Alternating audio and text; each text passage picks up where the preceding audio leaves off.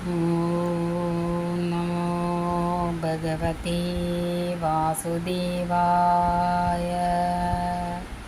കൃഷ്ണകൃപ ചാനലിലേക്ക് എല്ലാവർക്കും സ്വാഗതം. പൂന്താനം നമ്പൂതിരിയുടെ ഭക്തിയെക്കുറിച്ച് കേൾക്കാം. ശ്രീകൃഷ്ണ ഭക്തനായ പൂന്താനം തിരുമേനി ഗുരുവായൂർ ക്ഷേത്രത്തിൽ തൊഴാനായി പോയാൽ കുളിയും ജപവും പ്രദക്ഷിണവും നമസ്കാരവും മിക്കവാറും ക്ഷേത്രത്തെ തന്നെ താമസിച്ചു വരികയായിരുന്നു. വല്ലപ്പോഴും ഇല്ലത്ത് വന്ന് എന്തെങ്കിലും ദ്രവ്യം കിട്ടിയതുണ്ടെങ്കിൽ അത് പത്നിയെ ഏൽപ്പിച്ച് വീണ്ടും ഗുരുവായൂർക്ക് തന്നെ മടങ്ങിപ്പോകും. പത്നിയും കൃഷ്ണനെ പ്രാർത്ഥിച്ച് ഇല്ലത്ത് തന്നെ കഴിഞ്ഞുകൂടി. അക്കാലത്താണ് പൂന്താനം സന്താനഗോപാലം സന്താനകരമായിട്ടുള്ളതാണല്ലോ എന്ന് വിചാരിച്ചു ആ കഥ ഒരു പാന രീതിയിൽ എഴുതുവാൻ തുടങ്ങിയത്. ശ്രീകൃഷ്ണനും അർജുനനും കൂടി വൈകുണ്ഠത്തിൽ ചെന്ന ഭാഗത്ത് വൈകുണ്ഠത്തെ ഏത് പ്രകാരമാണ് വർണ്ണിക്കേണ്ടതെന്ന് വിചാരിച്ചുകൊണ്ട് അദ്ദേഹം ഒരു ദിവസം ഉറങ്ങാൻ കിടന്നു.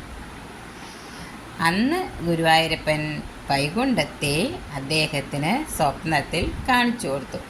അതിൻ പ്രകാരമാണ് സന്താനഗോപാലത്തിൽ വൈകുണ്ഠത്തെ വർണ്ണിച്ചിരിക്കുന്നത്.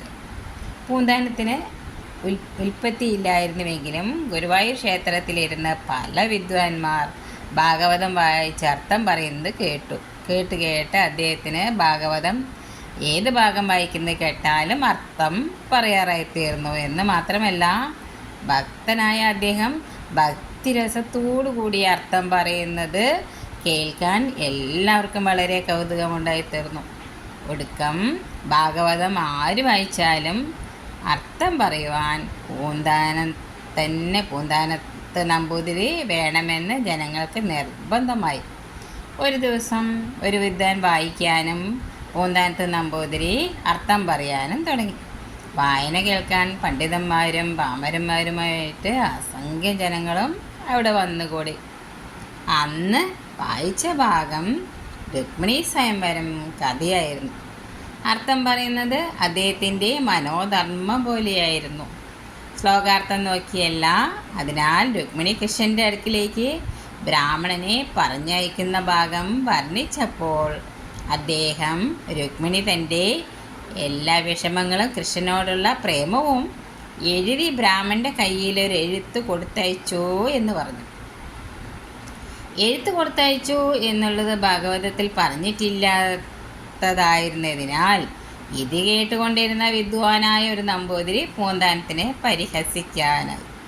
എഴുത്ത് കൊടുത്തയച്ചു എന്നുള്ളത് ഏത് ശ്ലോകത്തിലാണ് പറഞ്ഞിരിക്കുന്നത് എന്ന് ചോദിച്ചു. അത് കേട്ടപ്പോൾ സംസ്കൃതത്തിൽ അത്ര ഇല്ലായിരുന്ന പൂന്താനം മറുപടി പറയാൻ നിവൃത്തിയില്ലാതെ വിഷമിച്ചു. അപ്പോൾ ശ്രീകോവിലിനകത്ത് നിന്ന് കണ്ണൻ ചോദിച്ചു, എഴുത്ത് കൊടുത്തയച്ചില്ല എന്ന് ഏത് ശ്ലോകത്തിലാണ് പറഞ്ഞിരിക്കുന്നത്? ആ ബ്രാഹ്മണൻ എൻ്റെ അടുക്കൽ വന്നപ്പോൾ രുക്മിണിയുടെ ഒരു എഴുത്ത് കൂടി കൊണ്ടുവന്നിരുന്നു. കണ്ണൻ്റെ ഈ ഉത്തരം അവിടെ ഉണ്ടായിരുന്ന എല്ലാവരും വ്യക്തമായി കേട്ടു. ഇത് കേട്ടപ്പോൾ ചോദ്യം ചോദിച്ച നമ്പൂതിരി പൂന്താനം തിരുമേനിയോട് ക്ഷമ ചോദിച്ചു. അദ്ദേഹം ആനന്ദ കണ്ണീരോടെ കണ്ണടച്ചിരുന്നു. എല്ലാവരും അദ്ദേഹത്തിൻ്റെ ഭക്തിയും ഭഗവാന് അദ്ദേഹത്തോടുള്ള സ്നേഹവും കണ്ട് അത്ഭുതപ്പെട്ടു. പലരും പറഞ്ഞ് ഈ കഥകളെല്ലാം അദ്ദേഹത്തിൻ്റെ ഇല്ലത്ത് അറിഞ്ഞു. ഗുരുവായൂരപ്പൻ പോലും ഇത്ര ഇഷ്ടത്തോടെ കേൾക്കുന്ന പൂന്താനത്തിൻ്റെ ഭാഗവതം കഥ ഒരിക്കലെങ്കിലും കേൾക്കണമെന്ന് അദ്ദേഹത്തിൻ്റെ പത്നിക്ക് മോഹമായി. ആ പ്രാവശ്യം പൂന്താനം തിരുമേനി ഗുരുവായൂരിൽ നിന്ന് ഇല്ലത്തെത്തിയപ്പോൾ അന്തർജനം പൂന്താനത്തിനോട് പറഞ്ഞു, ഇവിടുന്ന് ഭഗവാന്റെ കഥ പറയുന്നത് കേൾക്കാൻ ഗുരുവായൂരപ്പൻ നേരിട്ട് വരിക പതിവുണ്ടെന്ന് കേൾക്കുകയുണ്ടായി. അതൊന്ന് കേട്ടാൽ കൊള്ളാമെന്ന് ഒരു മോഹമുണ്ട്. നമ്മുടെ ഇല്ലത്ത് ഭഗവത് സപ്താഹം നടത്തിയാൽ നന്നായിരുന്നു. ഇവിടുന്ന് കഥ പറയുന്നത് കേൾക്കാൻ ഗുരുവായൂരപ്പൻ ഇങ്ങോട്ട് വരുമല്ലോ, അതൊരു സുഹൃതമല്ലേ. ഇത് കേട്ട പൂന്താനം തിരുമേനി ഒന്നും പറയാതെ കണ്ണടച്ചിരുന്നു. 7 ദിവസം നീണ്ടു നിൽക്കുന്ന സപ്താഹം നടത്താൻ ചെലവുണ്ട്.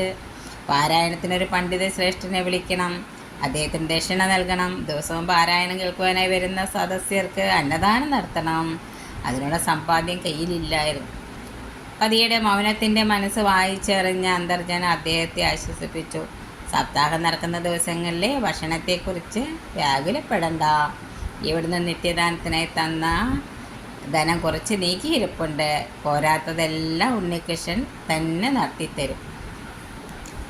എല്ലാം ഭഗവാന് സമർപ്പിച്ച സപ്താഹം നടത്താമെന്ന് തീരുമാനിച്ചു. നല്ല ഒരു ദിവസം നിശ്ചയിച്ച് ആ സമയം ഇല്ലത്ത് അതിതേജസ്വിയായ ഒരു ബ്രാഹ്മണനും പത്നിയും എത്തിച്ചേർന്നു. സപ്താഹത്തെക്കുറിച്ച് അറിഞ്ഞപ്പോൾ ആ ബ്രാഹ്മണൻ അതിയായ സന്തോഷത്തോടെ പറഞ്ഞു, അത്യാവശ്യം ഭാഗവത വായനയൊക്കെ ഞാൻ ശീലിച്ചിട്ടുണ്ട്. അങ്ങയ്ക്ക് വിരോധമില്ല വെച്ചാൽ പാരായണം ചെയ്യാൻ അനുവാദം തരണം. അങ്ങയുടെ കഥ കേൾക്കാൻ ഞങ്ങൾ വരാറുണ്ട്. എത്ര കേട്ടാലും എൻ്റെ പത്നിക്ക് മതിയാവില്ല. ഈ സമയത്ത് തന്നെ ഇവിടെ എത്തിച്ചേർന്ന ഭാഗ്യമായി. ഇത് കേട്ട് പൂന്താനത്തിൻ്റെ പത്നിക്കും വളരെയധികം സന്തോഷമായി. നിശ്ചയിച്ച ദിവസം തന്നെ പൂന്താനം ഇല്ലത്തെ ഭാഗവത പാരായണം ആരംഭിച്ചു. ഇത്ര മനോഹരമായ ഒരു പാരായണം ഇതുവരെ കേട്ടിട്ടില്ല. കേൾക്കുന്നവരുടെ ഉള്ളിൽ ആനന്ദം നിറയുന്നു, കണ്ണുകൾ സന്തോഷത്താൽ നിറഞ്ഞൊഴുകുന്നു. ആനന്ദനിർവൃതിയിലേക്ക് ചെന്ന പൂന്താനം കഥ പറയാൻ തുടങ്ങി. കഥ അവസാനിക്കുന്നത് വരെ ഗുരുവായൂരപ്പൻ്റെ രൂപം മാത്രമായിരുന്നു അദ്ദേഹത്തിൻ്റെ മനസ്സിൽ. ഇത്രയും ഭക്തിയോടെ മാധുര്യത്തോടെ ഇതിനു മുമ്പ് ഒരിക്കലും പറഞ്ഞിട്ടേ ഉണ്ടായിരുന്നില്ല.